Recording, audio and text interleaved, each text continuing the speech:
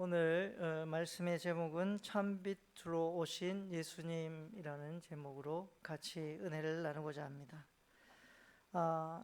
이 땅에 빛 대신 주님을 증거하기 위해서 먼저 앞서서 세례 요한이 왔음을 오늘 성경에서 이야기하고 있습니다. 이 세례 요한은 그 참빛이 아니고 그 빛을 증거하는 사람으로 이 땅에 왔다라고 소개하고 있습니다. 이 세례 요한을 우리가 한번 살펴보면요, 세례 요한은 참 대단한 인물입니다. 실제적으로 세례 요한이 누군가 하면 이 이름이 요하난, 히브리어로요 요하난이고, 이걸 헬라어로 하면 이제 요한이 됩니다. 이 요한의 이름의 뜻이 하나님은 은혜로우시다, 이런 뜻이 있습니다. 하나님은, 여호와는 은혜가 깊으시다, 이런 뜻이 있는데요, 이 요한의 가문이 아비야 반열 제사장, 즉 아론의 후손인데, 아비야 제사장 반열의 24반열 중에 8반열에 해당합니다. 상당히 높은 상황에 있는 사람이고, 아버지가 사가랴, 어머니가 엘리사벳이십니다. 또 이 세례 요한은 이미 이 이사야 선지자의 예언에도 나와 있습니다. 세례 요한이 날 것에 대한 이사야 40장 3절에서 5절에 그렇게 기록되어져 있습니다. 이 세례 요한은 사실 이 엘리사벳이 사가랴가 나이가 많아도 아이를 얻지 못하다가 나중에 이제 아이를 얻게 됩니다.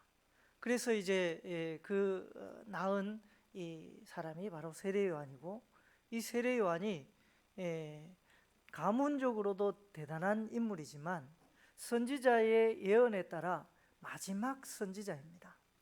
그러니까 예수님께서도 마태복음 11장에 보면, 그렇게 마태복음 11장 7절에 보면 여자가 낳은 자 중에 가장 큰 자요, 천국에서는 지극히 작은 자보다 더 작다, 이렇게 이야기합니다. 그러니까 세례 요한이 예수님께 이 세례를 베푸지 않습니까? 그래서 이제 세례 요한이라는 별명이 이제 붙게 되는데, 이 세례 요한은 사실 금욕 생활을 했었습니다. 그래서 낙타털옷을 입고 광야에서 외치는 자의 소리가 되었는데, 주로 먹었던 것이 메뚜기와 석청을 먹었다고 성경에 기록되어져 있죠. 그러니까 이제 이 이야기를 가지고 메뚜기와 석청을 먹고 또 낙타털옷을 입었으니까 대단한 어떤 부유한 삶을 사는 거 아니냐, 웰빙했네, 이렇게 이야기하는 사람도 많이 있더라고요. 사실은 그게 아니고 엄청난 금욕 생활을 했다는 것입니다. 그러니까 제대로 된 음식과 밥을 먹지 못했다는 것이죠. 여러분, 메뚜기와 석청을 항상 광야에서 먹을 수 있겠습니까? 한 번씩 TV에 나오는데 보면 이 꿀을 캐러 다니는 사람들이 꿀을 캐는 장면들이 있습니다. 석청을 캔다든지 이제 벌집을 발견하는 그런 과정들을 보면 온 산을 다 헤매야 겨우 하나 얻을 똥 말똥합니다. 그런데 이 더군다나 귀하디 귀한 이 석청을 이 광야에서 얻기란 그렇게 쉽지 않은 겁니다. 그러니까 금식과 여러 가지 제대로 된 음식을 먹지 못하면서도 복음을 증거하고 참빛인 예수 그리스도를 증거하기 위해서 자신이 할 수 있는 경건의 삶을 최대한 살았다는 것이 바로 메뚜기와 석청을 먹었다는 표현으로 성경에 기록되어져 있는 것입니다. 그러니까 이 요한이 메뚜기와 석청을 마음껏 먹은 것이 아니라 생명을 부지할 만큼 먹었다는 것이죠. 그러니까 아주 화로운 삶을 사는 것이 아니라 금욕적인 삶을 통해서 자기의 목숨을 겨우 부지할 만큼의 자연에서 얻은 꿀과 메뚜기를 통해서 먹고 지냈다는 것입니다. 그러면서 이 예수님을 예비하는, 예수 참빛을 예비하는 광야에 외치는 자의 소리가 되었고, 낙타토롯을 입었는데 이 낙타토롯을 입으니까 아주 좋은 옷을 입었네 라고 이야기할 수도 있겠습니다만, 낙타토롯은 부정한 짐승의 가죽이기 때문에 이스라엘 사람들은 잘 입지 않습니다. 이 세례요한이 입었다는 것은 바로 광야에서 유일한 교통수단은 낙타지 않습니까? 그 교통수단을 통해서 복음을 증거하는 데에 앞장섰다, 이렇게 이제 많은 학자들이 이야기를 합니다. 해석을 하고. 그래서 낙타토롯을 입어야만 광야 생활은 버틸 수가 있습니다.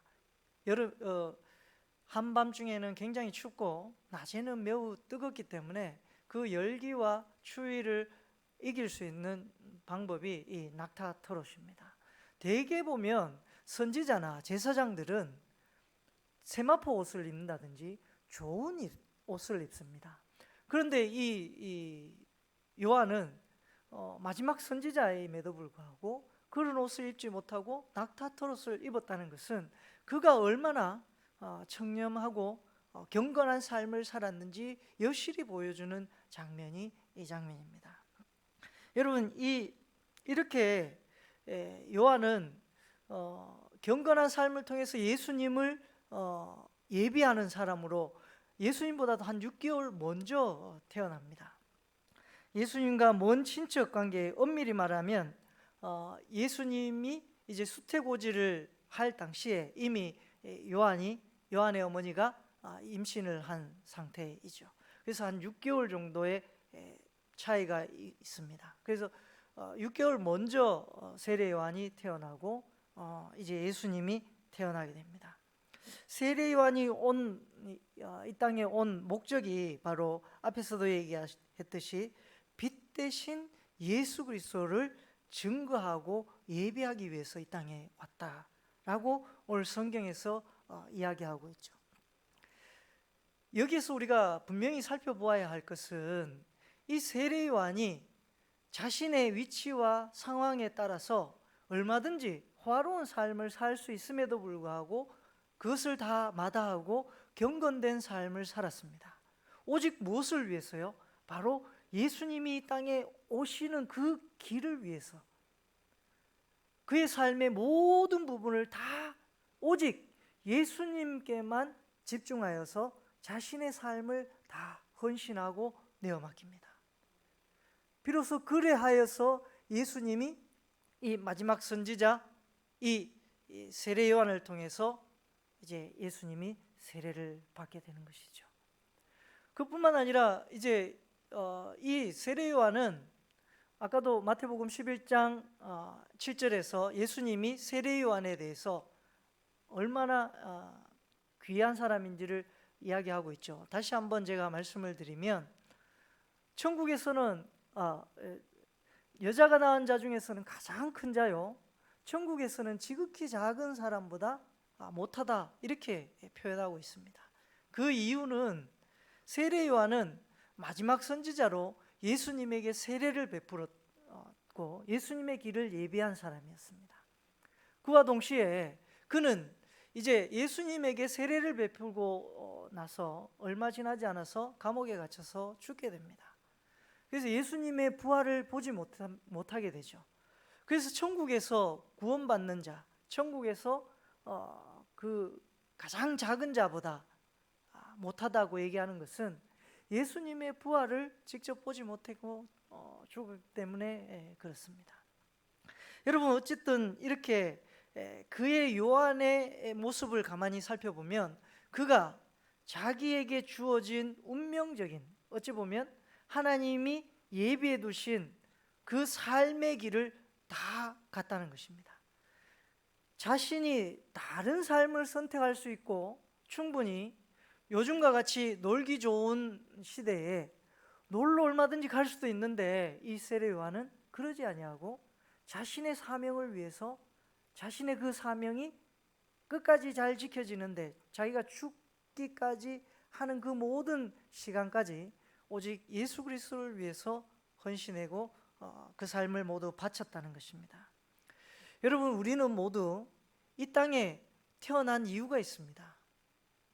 저는 어릴 때 그런 생각을 참 많이 했었습니다. 왜 나는 나로 태어났을까? 저희가 초등학교 6학년 때 키가 120이었습니다. 아주 컸죠? 지금은 160인데요. 그러니까 초등학교 6학년 때 우리 반 친구들 중에 제가 제일 작았어요. 이제 중학교 들어갈 때도 거의 120에서 이렇게 들어갔는데, 저는 항상 3년 동안, 또 고등학교 3년, 6년 동안 저는 항상 1번이었습니다. 1번은 저 말고는 받을 사람이 없었어요. 그런데 이제 어머니 아버지가 열심히 신앙생활을 하다 보니까, 교회는 내가 정신 차리고 보니까 교회를 열심히 다니고 있었는데, 왜 나는 나로 태어났을까? 왜 나는 이 모습, 이 모양으로 태어났을까? 하는 그런 생각을 많이 해보았습니다.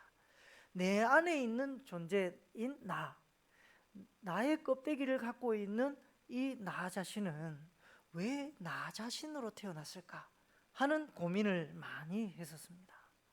그러면서 사춘기가 되고 고등학생이 되고 점점 신앙이 깊어지면서 여기에 한 가지 하나님의 뜻이 있다라는 것을 발견하게 되었습니다. 그리고는 그 뒤로는 키가 작은 것이 전혀 이렇게 뭐라고 할까요? 좀 부끄럽지 않고 또 전혀 위축되지 않는 그런 삶을 살게 되었습니다. 그 한 가지가 뭐냐면, 여러분, 우리는 이 땅에 하나님이 이 땅에 우리를 창조하신 목적이 누구에게나 다 있다고 생각합니다. 그 목적이 무엇인지를 발견하는 사람에게는 그 사명이 하나님을 통해서 하나님의 나라를 확장시켜가는 데에 귀한 일꾼으로 사용될 줄로 믿습니다. 여러분, 그 일꾼으로 부름받은 우리가 그 일을 위하여 사용되지 아니하고 내 삶의 좋은 부분을 위해서 사용한다면 그 삶은 보잘것없는 삶이 될 수 있습니다. 어찌 보면 마지막 그 삶의 과정에, 내가 생을 마감하는 그 순간이 왔다고 가정했을 때 나는 얼마나 잘 살았을까 되돌아보면 후회가 많이 들 수 있습니다. 그러나 어떠한 삶이든 관계없이 하나님의 사명을 발견하고 그 사명을 위해서 부지런히 달려가면 그 사람에게는 반드시 그리스도의 사랑과 빛이 그 사람을 통해서 많은 사람을, 혹은 주변에 있는 환경을 아주 밝게 아름답게 참빛이신 예수 그리스도께서 밝혀주시리라 믿습니다. 그런 삶이 진정한 삶이요 소중한 삶이고 아름다운 삶이 될 줄로 믿습니다. 여러분, 우리는 누구나 다 화려하고 아주 좋은 삶을 꿈꿉니다. 에릭 니들이라는 사람인 스코틀랜드 출신의 100m 육상 선수가 있는데요. 예전에 제가 한번 예화로 말씀을 드렸던 것 같은데, 불의 전차라는 영화에도 나왔던 인물입니다. 이 인물이 100m 달리기에서는 단연 따라올 사람이 없었습니다. 그런데 이 에릭 니들이 1924년도에 프랑스 파리에서 열린 100m 올림픽에서 100m 모든 사람을 제치고 결승에 이제 올라가게 됩니다. 근데 결승전이 있는 날이 해필이면 주일날 예배드리는 그 시간이었습니다. 그러니까 에릭 니들이 갑자기 나는 100m 결승전을 포기하겠습니다 라고 얘기하는 거예요. 영국 선수로 출전을 했는데 영국이 완전히 발칵 뒤집어졌습니다. 아니, 너 나가면 그 금메달은 따놓은 당상인데 왜 안 나가느냐 얘기하니까 나는 주일날 예배드리러 가야 됩니다. 그래서 체육진흥원, 우리나라로 치면 난리가 났어요. 그래서 막 압박도 들어오고 협박도 들어오고 막 죽이겠다고 이야기하는 사람들까지 있었습니다. 그럼에도 불구하고 에릭 니들은 꼼짝하지 않았습니다. 그리고는 어떻게 되었을까요? 결승전에 참가했을까요? 결승전에 불참하게 됩니다. 그리고는 예배를 드리러 가서 열심히 예배를 드리고, 그리고 난 다음에 이 영국 이제 체육진흥원 사람들이 모여서 회의를 합니다. 이 니들이라는 친구 너무 아깝다. 다시 회복할 수 있는 방법이 뭐 없겠느냐 하고 얘기를 해서 400m에 출전을 하게 됩니다. 그런데 놀랍게도 이 100m 달리기 선수가 400m에 출전한다는 것은 이제 달리기 선수가 수영에 참가한 거하고 똑같다고 얘기를 할 정도로 이 수능 근육과 이 패턴이 달라서 거의 불가능하다고 얘기를 합니다.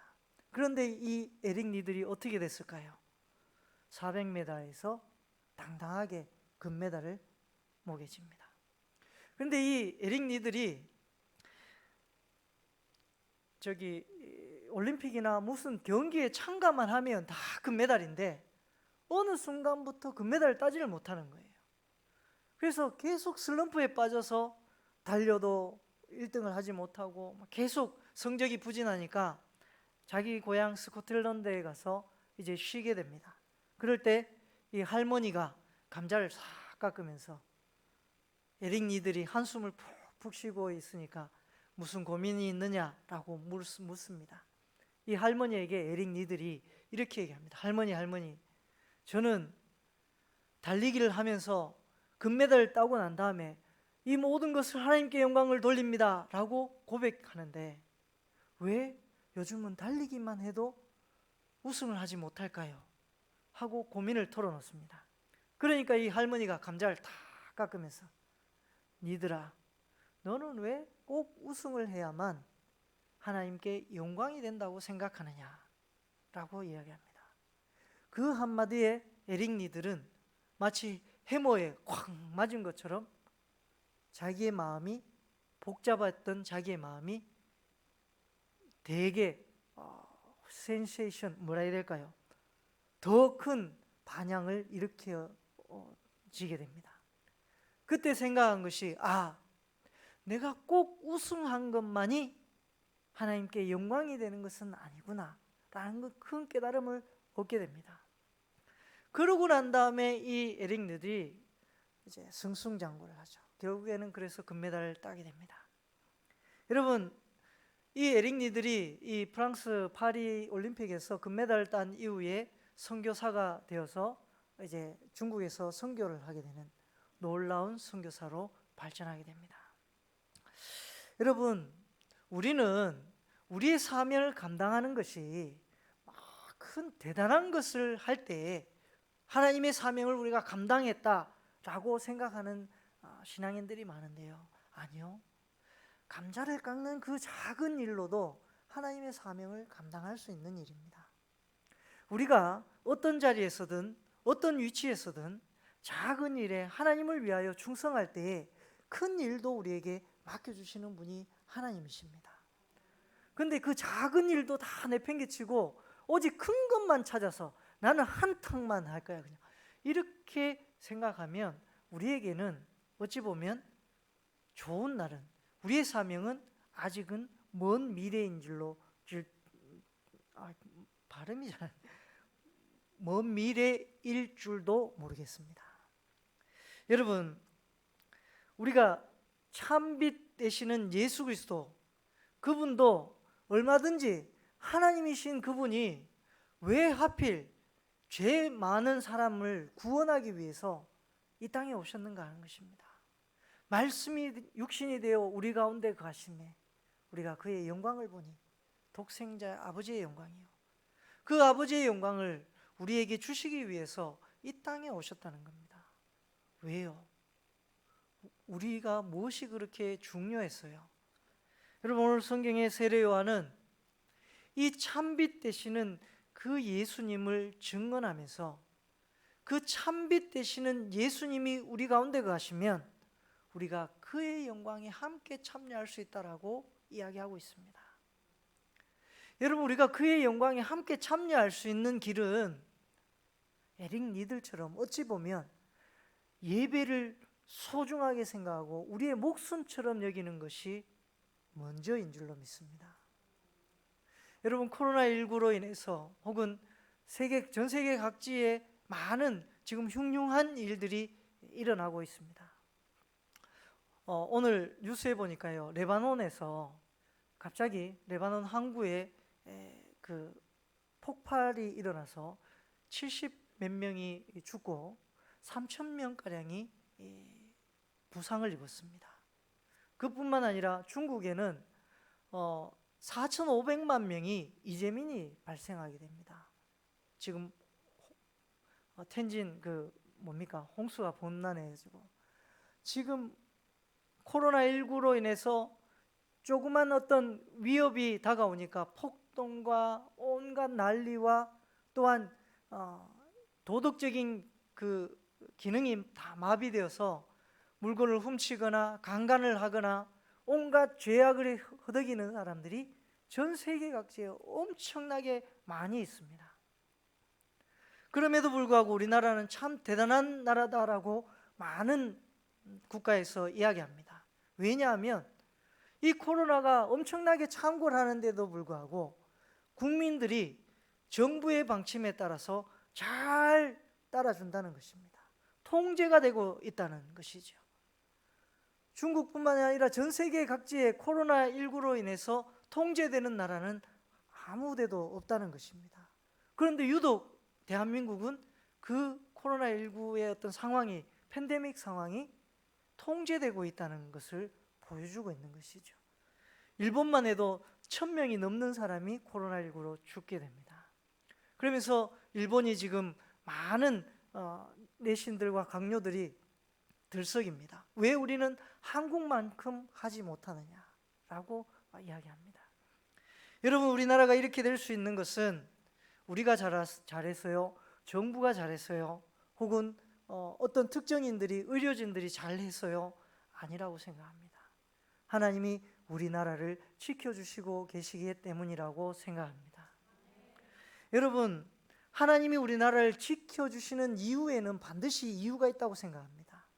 그것은 바로 오늘 이 세례요한처럼 예수 그리스도, 참빛 되시는 예수 그리스도를 예비하고 있는 나라가 우리나라 대한민국이기 때문에 그렇습니다.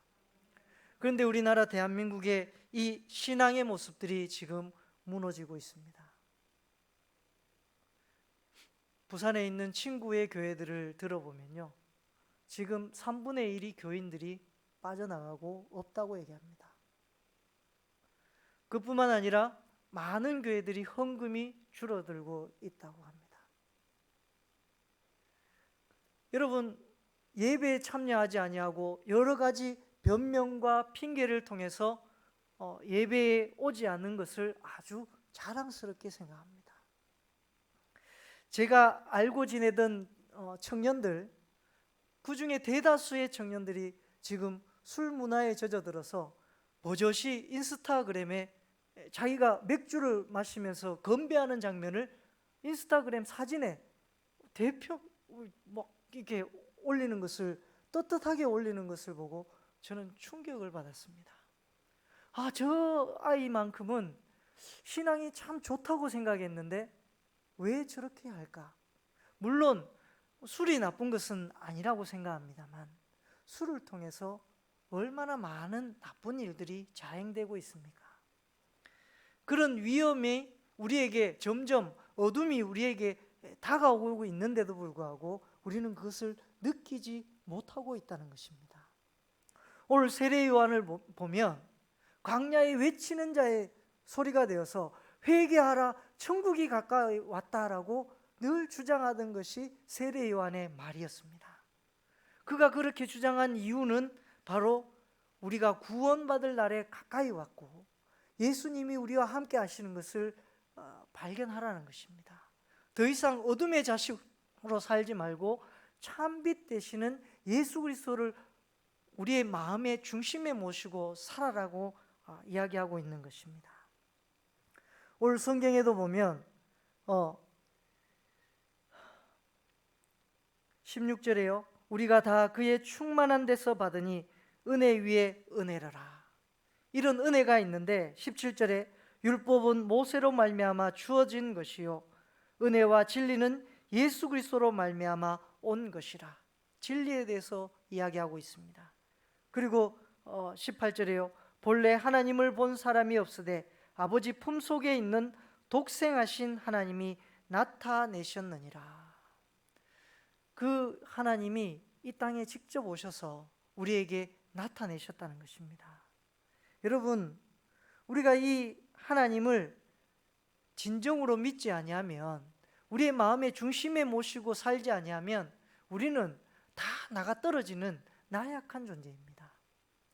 이스라엘 백성들도 성막을 중심으로 살았습니다. 동서남북, 이쪽에 3명, 이쪽에 3 족속, 이쪽에 3 족속, 동서남북으로 3 족속씩 12지파가 성막을 가운데 중심에 놓고 그들의 삶을 살았습니다.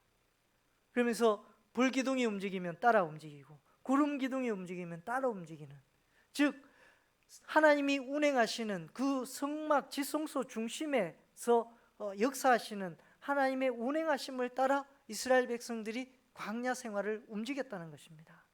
그러므로 인해서 약속받은 가나안 땅에 비로소 들어갈 수 있게 되었습니다. 여러분, 우리도 우리의 삶의 중심에 여러 가지 팬데믹 상황이라 할지라도 우리 중심에는 반드시 두어야 할 것이 있습니다. 그것이 바로 참빛 되시는 예수 그리스도이십니다. 그 예수 그리스도를 우리가 참되게 만날 수 있는 길은 예배와 말씀과 기도 외에는 없습니다. 여러분, 그러므로 어떠한 상황이, 물론 우리가 코로나19에 안 좋은 증상이 나타나면 예배에 모이는 것보다 가정에서 굳건하게 예배를 더욱더 신실하게 드려야 되겠지만, 그렇지 아니하다면 어떠한 핑계도 우리에게 조금의 핑계도 여지를 두지 아니하고 하나님께 예배드리는 삶을 사시기 바랍니다. 또한 말씀을 읽는 습관을 부지런히 하시기 바랍니다. 마지막으로 우리가 1만 시간 기도 운동을 하고 있는데요, 작정하고 기도하고 하지 않는, 기도하시는지 미처 이 쪽지를 못 내시는지 모르겠습니다만 안 내신 분들이 많이 있습니다. 여러분, 이 기도를 통해서 하나님께 좀 더 가까이 다가가시길 바랍니다. 기도가 여러분들의 삶을 더욱더 하나님의 자녀로 살 수 있도록 해주는 유일한 길이요, 또한 우리 공동체가, 새벽교회 공동체가 더욱더 하나님의 뜻을, 하나님의 나라를 이루어가는 데 귀한 일인 줄로 믿습니다.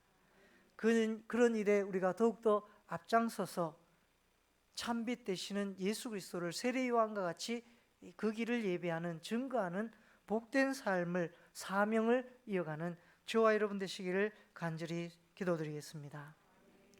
함께 기도드리겠습니다.